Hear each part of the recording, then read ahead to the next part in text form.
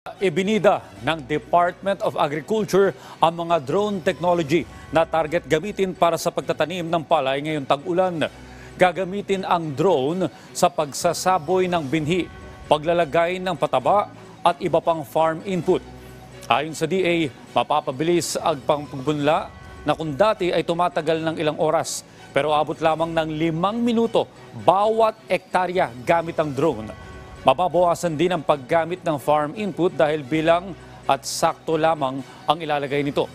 Ibibigay ng DA ang subsidized o drone technology service sa mga kooperatiba at mga farm na naka-cluster. Minamapok nyo muna kasi yung farm layout ng farmer, and then you can set yung rate ng spacing, and it can minimize yung wastage ng mga paggamit. Ipupunla mo pa siya para magkaroon ka ng itatransplant mo pa. It will take about 10 days or so. Pero kung direct seeding, naka-ready na yung plot mo, paggamit ka ng drones, talagang diretso na siya. Doon na siya. So, mag-shorten yung yung number of days.